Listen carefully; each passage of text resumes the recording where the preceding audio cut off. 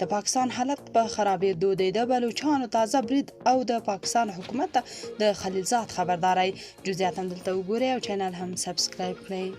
د بلوچو بېلتونپالې ډلې یعنې BLF په یوه خبرپاڼه کې ویلي چې وسلوالو په 5 جلا بریدونو کې 9 پاکستاني پوځیان وژلي او 6 نورې بیا ټپیان کړي دي.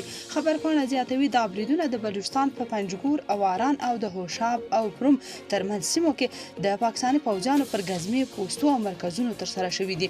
BLF ادعا کړې چې پاکستاني پوځ ته له مرګ ژوبلې اړولو سربیره درانه مالي زیانونه هم اړولي دي. بلوچستان لیبریشن فرنټ یعنې BLF بلوچستان کې د پاکستاني پوځ پر وړاندې له مهمو جنګیدونکو ډلو څخه ده. دوی وایي چې د عملیات د آزاد بلوچستان لپاره د مبارزې یوه برخه ده او دا ډول بریدونه به روان ساتي.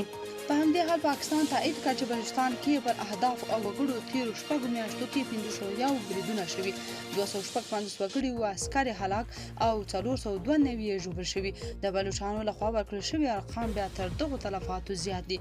بلخوا خلیلزاد وايي پاکستان کې د خطرناکو وژنو په اړه اندېښمن یم. د افغانستان د سولې لپاره د امریکا پخواني استازي زلمي خلیلزاد ویلي چې په پاکستان کې د خطرناکو وژنو، تاوتریخوالي، قومي تقابل او ناڅرګند اقتصادي حالت ترڅنګ د قانون حاکمیت په تړاو په ژوره توګه اندېښمن دی.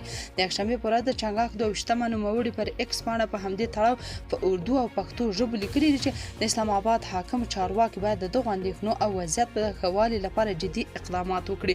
دا لومړی ځل نه دی چې خلیلزاد د پاکستان د روان امنیتي او اقتصادي وضعیت په تړاو څرګندونې کوي، بلکې تر دې وړاندې هم هغه دغه ډول څرګندونې کړي دي او ان د پاکستاني سیاستوالو توند غبرګونونه راپارولي دي. د پاکستان پوځ منتقدان بیا نیوکه کوي چې پوځ د سرحدونو ساتل او د وسلو والو ډلو د مهارولو پر ځای سیاست کې ګوتې وهي.